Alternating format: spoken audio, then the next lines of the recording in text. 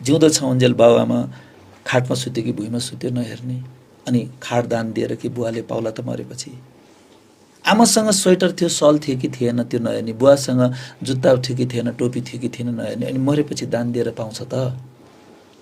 पाउला आफ्नो ठाउँमा छ, तर जिउँदोमा दियो भने 100% पाउँछ। हाम्रो त कस्तो बानी भने अब जिउँदो छ उन्जेल बोली चाली नै छैन, बिरामी भएपछि फलफुल बोकेर जान्छ, जुन बेलामा खोकी लगाएर खानु पनि हुँदैन। अनि त्योभन्दा नि बढी मरिसकेपछि त्यो फोटोको अगाडि रास है, फलफुलै फलफुल। जिउँदोमा दिएको भए सायद अरू 8-10 वर्ष बढी बाँच्नुहुन्थ्यो कि होइन, तर मरिसकेपछि अब के गर्ने, त्यो फोटोले त्यहाँबाट जिगेर खान त सक्दैन। त्यसैले जति गर्नु जिउँदोमा गर्नु, जिउँदोमा गरेको कुरा 100% पाइन्छ।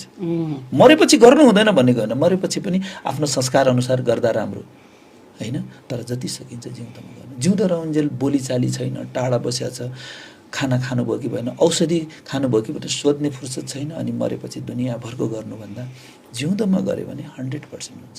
त्यसैले जसले आफ्नो बुवा आमालाई खुसी दिन सक्दैन, त्यो बच्चाहरूले पनि जीवनमा उसलाई उसैको बच्चाले पनि त्यो खुसी दिँदैन। ठ्याक्कै यो पछिल्लो समय एकदमै धेरै सम्बन्ध विच्छेदका कुराहरू बढिरहेको कारण चाहिँ के रहेछ? एकअर्काप्रति अविश्वास, शङ्का, अरू कुराहरू के कुराले चाहिँ एकदमै ठुलो एउटा सामाजिक समस्याको रूपमा पछिल्लो समय अघि मैले भने नि, अथवा मन पर्दैन भने छुट्ने कुरा के नौलो कुरा भएर स्वाभाविक हो भन्ने पनि लाग्न सक्ला कि त्यस्तै पो हो कि? यसलाई कसरी हेर्ने त?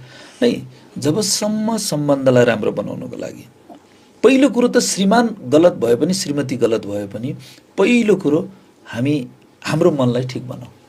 होला कसैको हस्बेन्ड नराम्रो होला, कसैको श्रीमती नराम्रो होला होइन, अब पर्न त पऱ्यो नि त, आफ्नो भाग्यमा त्यही परेन।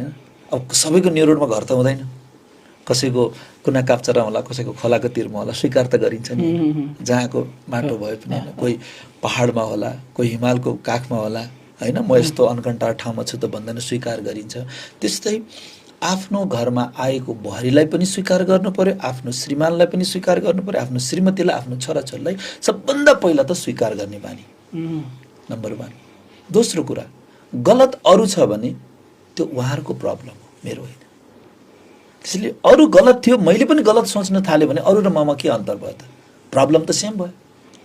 त्यसैले पहिलो कुरो नराम्रोलाई पनि राम्रो बनाऊ, अरूलाई पनि आफ्नो बनाऊ भन्छ नि, बिग्रेकोलाई बनाउनु सबभन्दा ठुलो कला हो, बनेकोलाई बनाउनु ठुलो कुरा होइन, रोएकोलाई रुवाउनु ठुलो कुरा होइन, रोएकोलाई हँसाउनु ठुलो कुरा हो होइन, लडेकोलाई उठाउनु ठुलो कुरा हो।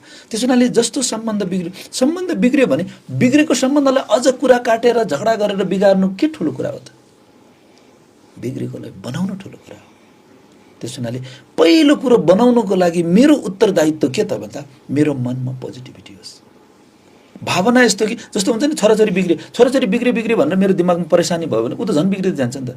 मेरो बाबु ज्ञानी हुँदैछ, मेरो बाबु राम्रो हुँदैछ, मैले कुन भाइब्रेसन दिइरहेको छु, राम्रो या नराम्रो? हस्बेन्ड कतिलो छैन, नराम्रो छ, हस्बेन्डलाई मैले कुन तरङ्ग दिइरहेको छु, बार उसको लागि नराम्रो सोचिरहेको छु त ऊ अझ बिग्रिन्छ। श्रीमती राम्रो भयो भने श्रीमतीलाई मैले के सोचिरहेको छु त? त्यस हुनाले कमसेकम हाम्रो आफ्नो मनमा त्यो श्रेष्ठता होस्, त्यो श्रेष्ठ भाव होस्। तपाईँलाई यो कुरा सुन्दाखेरि तपाईँलाई अप्ठ्यारो पनि लाग्ला, त्यहाँ बसेर बोल्न सजिलो छ होइन, जस्तो सुकै होस् न, आफ्नो भाग्यमा परेको त हो नि होइन, भाग्यमा परेको त हो नि। त्यस हुनाले जस्तो छ स्वीकार गर्नुहोस्।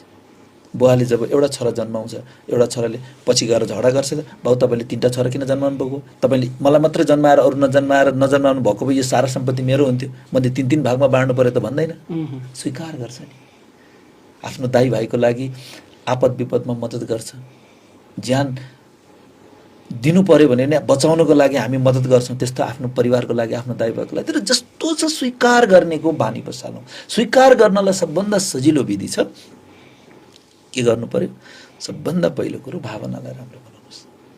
र कहिलेकाहीँ यस्ता घटनाहरू घटिदिन्छन् परिवार बीचमा जुन घटनालाई हामी बिर्सिन सक्दैनौँ है, जुन घटना बार हामीलाई सताउँछ। म प्राय जसो भन्ने गर्छु, म आज पनि त्यो कुरा मैले बताइदिएँ। म फिदिममा एउटा प्रोग्राम थियो, ठुलो कभर हलमा, धेरैको भिडभाड थियो। मैले एउटा कुरा भनेको थिएँ, सकिन्छ बिर्सिदिनुहोस्, सकिँदैन क्षमा दिनुहोस्, फर्गेट एन्ड फर्गिभ। अनि एकजना लेडिज लास्टमा आइन्, प्रोग्राम सकिसकेपछि म ल्यापटप स्यापटप समेट्दै थिएँ। अनि उहाँले आएर के भन्नुभयो भने तपाईँ यति सजिलै कसरी भन्न सक्नुहुन्छ कि बिर्सिदिनुहोस्। मैले यसो हेरेँ, उनी निराश थिए। मैले भने त्यसैले त बिर्सिदिनुहोस्, त्यसैले त क्षमा दिनुहोस्। उनले दोस्रो पटक भनिन्, जुन व्यक्तिले मलाई यति तडपायो, धोका दियो, त्यस्तो व्यक्तिलाई म कसरी क्षमा दिन सक्छु, कसरी बिर्सिन सक्छु। मैले भने त्यसैले त क्षमा दिनुहोस्। उनले तेस्रो पटक उनको आँखाबाट बर्र आँसु चुइयो र उनले भनिन्, जुन व्यक्तिको कारणले म आजसम्म रोइराखेको छु त्यस्तो व्यक्तिलाई म कसरी बिर्सिन सक्छु, कसरी क्षमा दिन सक्छु। अनि मैले भने अरू कति दिन रोन चाहनुहुन्छ, अरू कति वर्ष रुन चाहनुहुन्छ। अरूलाई क्षमा दिनु भनेको आफूलाई सुकुनको महसुस गर्नु, अरूलाई अरूको गल्ती बिर्सिदिनु भनेको आफूलाई पीडाबाट मुक्ति दिनु। त्यसैले अर्काको गल्तीलाई बिर्सिनु नसक्नु पनि खुदले सजाय खानु हो। त्यस हुनाले सम्बन्धलाई राम्रो बनाउनु छ भने फर्गेट एन्ड फर्गिभ गर्नै पर्छ। सकिन्छ बिर्सिदिनुहोस्, नसके क्षमा दिनु। अब यहाँ प्रब्लम कुरा यो आउँछ कि कति पटक क्षमा दिने। र मेरो मनमा भावना कस्तो छ त, मेरो भावना श्रेष्ठ होस्। सामनेवाला व्यक्ति पनि परिवर्तन तब हुन्छ जब हाम्रो भावनामा श्रेष्ठता हुन्छ।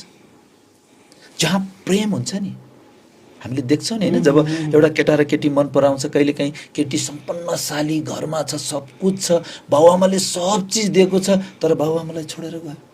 बाबुआमा परेशान, के देखेर गइस् त्यो केटासँग, न त्यसको अनुहार राम्रो छ, न त्यसको बेहोरा राम्रो छ, त्यस्तो जे पाए त्यही खाने केटासँग, न त्यो पढेको छ, न कुनै कुरामा ट्यालेन्ट छ, न त्यसको सम्पत्ति छ, न घर परिवार राम्रो छ, त्यस्तोसँग के देखेर गइस् भनेर बाबुआमा चिडिन्छ। के देखेर गयो होला?